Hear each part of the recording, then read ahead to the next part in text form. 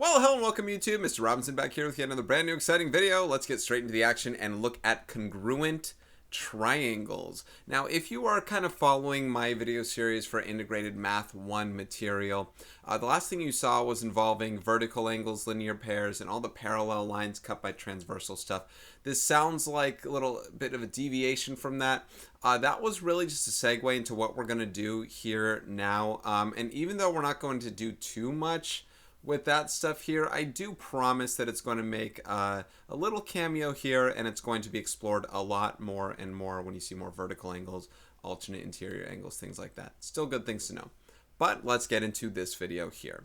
In this video, we're going to go over two things: the triangle angle sum theorem, something that you might already know, but I'll just show it to you, and it's an intro to make sure that you have it, with Cpctc, which if you saw Cpcfc before in a previous video, then you'll probably know what this has to do with, especially since we're talking about triangles. But just two things today. Here we go. All right, the triangle angle sum theorem states this: the sum of the three interior angles of any triangle is always 180 degrees.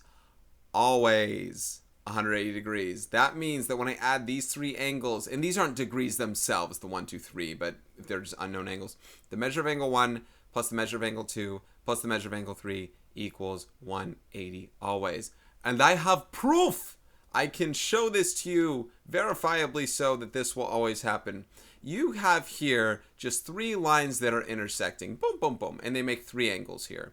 Now, you guys probably have heard of a linear pair, as I talked about in a previous video. This would, in essence, be a linear trio. Would you guys agree that because they form to make a straight angle and are adjacent, that these three should also add to 180?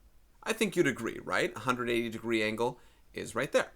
Well, what I'm going to do, guys, is I'm going to make a triangle that contains these three angles as well. And it's going to be by doing a simple little thing, such as just drawing another line that goes like this, and it happens to be parallel to this other line right here. Now, why does that matter, that they're parallel? Well, here's where I'm going to make the cameo of what are called alternate interior angles. Check this out, guys. Two parallel lines cut by a transversal. Ignore the black lines and just look at the blue. You see two parallel lines cut by a transversal? Do you know what angle 1 and this angle have in common? Since they're alternate interior angles, they are congruent. So if this is an angle 1 right here, well then, this is also an angle 1 right here. Yes, that is indeed an angle 1 because alternate interior angles are congruent. Why am I drawing that in there? Because that goes inside a triangle. You see that? There it is. That's angle 1. Hey, how about angle 3? Do I have alternate interior angles with this transversal? Oh, you betcha. You betcha, guys. Alternate interior angles exist right here as well. So if this thing right here is angle 3, then this is also angle 3. Why does that matter? Because they're inside this triangle. I didn't make this triangle be a specific kind of triangle. This is a generic triangle. This is any triangle under the sun. And remember, if these three add to 180, then these three add to 180. Yes, measure of angle 1 plus 2 plus 3 adds to 180. This is proof of this stuff. It is incontrovertible. This is how proofs work. There is no way to dance around that. Every triangle in existence, interior angle sum is 180. I hope that makes sense. Let's do two examples just to make sure we know that. Find the measure of the unknown angle right here, the question mark. I'm probably just going to give it an X right here. Now, if they all add to 180, that means I can make an equation. And you know me, guys, I like to set things up algebraically first before I solve. I know what I'm supposed to do to get it, but if you set this up this way, it really does just provide you just, let the algebra do the thinking for you after you've thought up just this one part, if that makes sense. So now I can combine like terms and, solve for x. So 65 plus 57 is 122, I think, plus x is 180, and subtract 122 from both sides, x is 58, I think. So 58 degrees, that is the measure of the unknown angle there. One more. Here I have a right triangle. Just like any other triangle, it still adds to 180. Now this one is 90 degrees. It's always good to write that down to help you. But, something that I just want to mention here, when I do, I'm going to call this x as well. When I do 40 plus x plus 90 equals 180, before I even combine like terms, I'm just going to show you something here. Before I combine like terms, I'm just going to subtract 90 from both sides here for a moment. 180 minus 90 is 90, right? So that gets me 40 plus x is 90. This is just something else, and I'm not going to use this really in the rest of the video. But these two angles together are complementary. They add to 90 degrees. That's true for any right angle. The two non-right angles add to 90. So you can save yourself if you'd like to. Don't add all of them to 180. Just skip the 90 portion and just go straight to there. And you can do that. And I want to use the word complementary because I didn't really get to talk about that term in my previous video. Anyway, subtract 40 from both sides. You get x equals 50 degrees. So that's the idea, guys. I might be using that in some of the other problems that I do. I just want to make sure that you know that it's about time that we have that covered. All right, let's get into the whole concept of Cpctc, which one more time, if you learned Cpcfc, corresponding parts of congruent figures are congruent, well, let's go ahead and go further. So yeah, we've learned, guys, that congruent figures have congruent corresponding parts, Cpcfc. What that means is if you know that you have two congruent figures by a statement that this quadrilateral is congruent to this quadrilateral, things like that, that here, like if I said quadrilateral ABCD is congruent to quadrilateral EFGH. This is a recap of a previous video, so this is assuming you know this, that corresponding parts are congruent and the letter order absolutely matters for this thing, right? So now this will be true for triangles as well, right? So angle A is congruent to angle E, segment BC is congruent to segment FG, things like that. So because triangles are figures as well, we can say the same thing for them specifically, that corresponding parts of congruent triangles are also congruent. So same kind of thing with angles and segments. Well, let's flip this statement on its head, guys. Let's now start looking at triangles in a way where let's figure out if they're congruent and make a congruent statement based off that. And we're going to do that in an example here soon. But this statement happens to be biconditional. So it's not just that if you have congruent triangles, then their corresponding parts are congruent. It's also if all corresponding parts of two triangles are congruent, then those triangles are congruent. So what we can do here, we can determine whether triangles are congruent or not by testing to see if they have matching corresponding parts. And then if so, then we can make a triangle congruent statement. So determine whether the following triangles are congruent. If so, make a triangle congruent statement. Great. Okay, now these two triangles are not oriented the same direction. You can see a right angle here and a right angle here. But hey, if I have a right angle in each, that must mean those two right angles are congruent. So that must mean that angle H here is congruent to angle L. Check so far that I do have two sets of congruent angles. Do we have other sets of congruent angles? I got a 30-degree angle here in G and a 30-degree angle here in K. Okay, there's another set. Angle G is congruent to angle K. And honestly, because two angles are already congruent, the third one's probably going to have to be here, because otherwise you won't have 180-degree internal angle triangle things, right?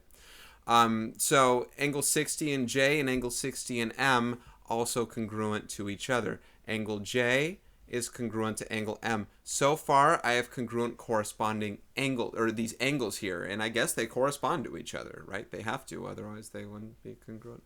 But what about the sides? They'd also have to be congruent to each other. So let's see if we have matching parts there. 1.7 meters, 1.7 meters. Okay, I'm liking the look of that thing. So segment GH is congruent to what segment? You could say LK. But since G was corresponding with K, I'm going to put the K first because I put the G first. So segment G congruent segment KL. LM, or let's start over here. JH right there is 1 meter, and I have 1 meter in this LM. But of course, J corresponded with M, so let's put the M first with L. I like that because L is with the H, right? And then the last one here, GJ with 2 meters here and 2 meters here is congruent to which one? G corresponds with K, so I'm going to put the K first and then M, segment K, M, them there. So listen, guys, all corresponding parts were congruent. That means these two triangles are indeed congruent. I've determined that they are just by looking at the numbers. The measures of all, this is a part that I did not put, guys. The measure of angle G is equal to the measure of angle K. That does mean that those angles are going to be congruent as well. Equal measures means congruent angles. All right, so hey, these triangles are congruent. Let's make a triangle congruent statement. I'm going to call this first triangle here, let's call it GHJ. How about that? You can name your first triangle anything that you would like to name it in any order of your preference. I tend to do alphabetical. Sometimes I'll do other things, all depending. GHJ is indeed a GEFG, That's alphabetical right there. Is the other one alphabetical? Not necessarily. You have to make sure that parts correspond. So what corresponded with G in this triangle? K did. So K is going to go first. And then what corresponded with H was L. And then what corresponded with J was M. So when I make my triangle congruent statement here, I'm going to say triangle GHJ is congruent to triangle KLM. And again, I chose my own order for the first triangle thing. I just chose alphabetical. This other one had to follow based on parts that corresponded. And if you continue forward, you can see that GH here corresponds with KL as I put what were congruent here. But you might reverse orders here, all depending on how you choose it. Like I said, I tried to be choosy and made sure they correspond. Anyway, I'm probably not going to do these statements for the rest of them if they are congruent.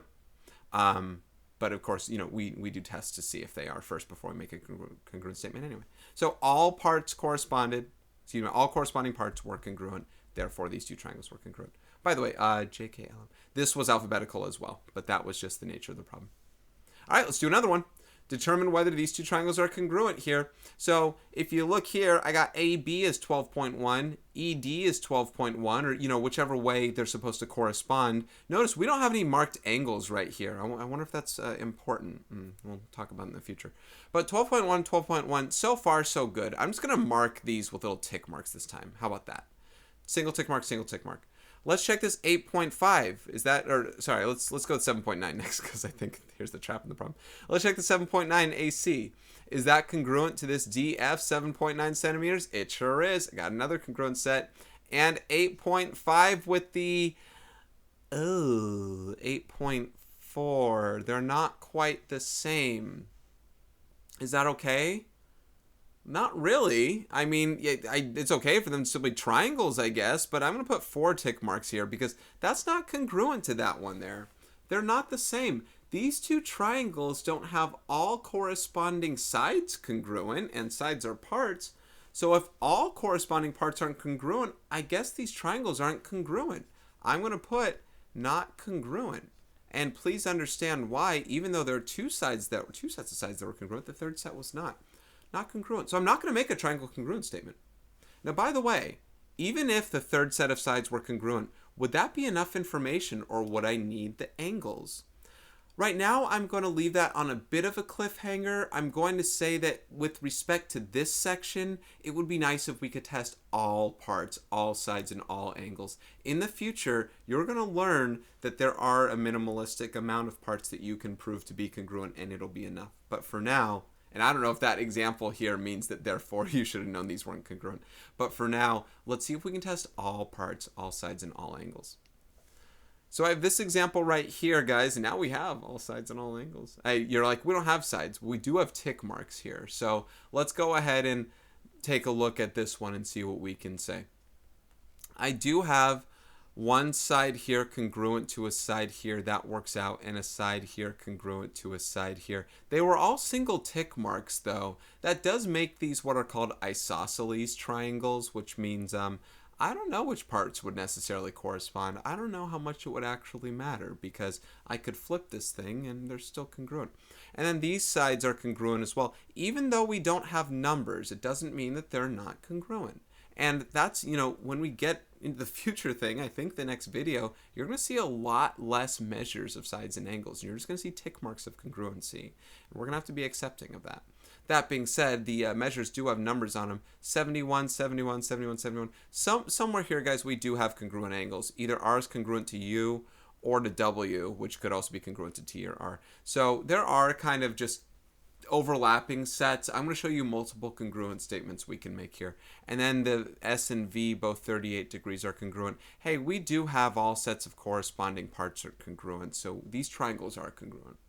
So, okay, how can I call these triangles? How about this triangle here? Let's go alphabetically and P, Q, R, S, T. So RST is congruent to what? Well, here's the thing. Does R correspond with U or with W? In this case, it's not going to matter because T can correspond with the other one. I'm going to make one right now that has R correspond with U. Now, S matters. S is the one that's specifically congruent with V right there. Oh, I need a triangle symbol. S right there. And then, because I haven't used W yet, I'm going to have that one correspond with T, which of course is okay because they're congruent to each other already. That's fine. But let's do an alternate version. Let's do triangle RST congruent with triangle. In this case, I'm going to make R correspond with W, and that'll be congruent. S still has to be congruent to V. Oh, I'm sorry. I put an S here. My bad. I'm sure someone else called that out and went, what are you doing? This is V right here. S is congruent to V right there, and then the U hasn't been used. U can be congruent to T because, again, they're in that way. So one way or the other, guys, this totally works with these isosceles triangles. That's not very common. Of course, it only will happen with isosceles triangles. That's not a very common thing to see there. All right, let's do another one here. I got 60 degrees in angle C with 60 degrees in angle F. I even got this side congruent to this side, and it's next to the 60, so at least it looks like FE can correspond with CB or something like that. But then you get these angles that differ here, right? 79 and 78, they are different, and you hope maybe this can be a 79, but remember, these all have to add to 180 as well, so I don't think it could be a 79 even if you wanted to. 41 with 42. Very close. Very close, but they don't mark any of the sides congruent as well, and then these angles aren't congruent. These ones are not congruent, guys. Although, if we were to try and identify parts that would correspond, we would try and test if which triangle is congruent to which triangle. If I called this one BCD, I would test to see if it was congruent. That's a question mark, by the way. I would test to see if it was congruent with what? B would have probably corresponded with E if I could have. And then the C would have corresponded with the F because the congruent parts. And then G with D. Looks like that would have been alphabetical. It looks like that's not the case, though, unfortunately. And like I said, guys, we didn't have the other sets of sides that were congruent. So maybe not enough information anyway. We'll see in future videos. Okay, I got two more examples to do. And this time what we're going to do instead is say, hey, if these triangles were congruent with each other, what would this variable have to be? Now, they didn't give us a congruent statement here, unlike one of my previous videos where they did, so we knew which parts would correspond. Well, let's determine which parts would correspond by finding the congruent parts that we do have. For instance, and it's really easy to do with the angles, angle A is congruent to angle D here. Therefore, those parts would correspond. If I make a triangle congruent statement, remember, we're not testing whether they're congruent. They're saying, hey, let's call these congruent, and then let's find out what our missing variable would have to be. So if I said A was congruent with D, then those parts correspond. Let's write those letters first. This time I won't go alphabetical just because the 2 tick mark thing. I hope you're okay with that. Let's make C the second letter. Two congruent arc marks. So that would go with F. C would go with F right there as they correspond. And then B corresponds with E. So as far as a statement goes right here, guys, these bits correspond. So segment AC is congruent to, say, I mean, we can see this, the 50-50 and the 30-30. And then this one is unknown with the 36. I'm sure I'm doing a lot more than is needed for here, guys, but segment AB should correspond first and third letter with segment DE. Does that correspond? Oh, yeah. So they should be congruent to each other. Let's set 2y plus 20 equal to 36. Really, the reason why I did this was to try and transition and say, this is what you've seen in the past. You've seen a congruent statement, and then you went based on corresponding parts to determine this part. So this isn't really too new, only that you don't have the statement, instead you have the figures. Anyway, 2y plus 20 equals 36. Subtract 20 from both sides. Divide both sides by 2. I get y equals 8. Boom, I'm in the clear on that one. Since I'm hitting about 20 minutes, I want to get to this last problem here. Let's go to town on it, take a look, find the value of the variable that results in congruent triangles. Let's find all the parts. Okay, congruent. Right, awesome. G is congruent to D here. F is congruent to C. And in order for this to all work, B must have to be congruent with E. So that means that x plus 17 equals... I don't have an angle. What do I do? Well, what do I do? Well, here's the thing. We know that the interior angle sum of a triangle is 180 degrees. So the measure of angle B can be found by adding this with the unknown and setting it equal to 180. So I could say that 112 degrees plus 25 degrees plus the measure of angle B will equal 180 degrees. So let's find B first and then kind of work it out that way. 112 plus 25 is 137. And then when you subtract 137 from both sides, we're going to get 43. So B is 43 degrees. Now, that's not the answer to what we need to find here. We have to find x. But x plus 17 equals 43. That's what's going to make these two triangles congruent. Subtract 17 from both sides, we get x equals 26, and that's the answer. Anyway, so that's the stuff that we're looking at here, guys. This is an intro to congruence with triangles. Pretty soon we're going to prove triangles congruent in a way that gives you much less information than this, a lot less numbers, and we got to pick out some information, including using things with vertical angles and alternate interior angles and the reflexive property and midpoints and so on and so forth. It's going to get a little bit hectic, and I hope that you're ready to come along for the ride. So that ought to do it for this one, guys. This is Mr. Robinson. I hope you learned a thing or two. Take care.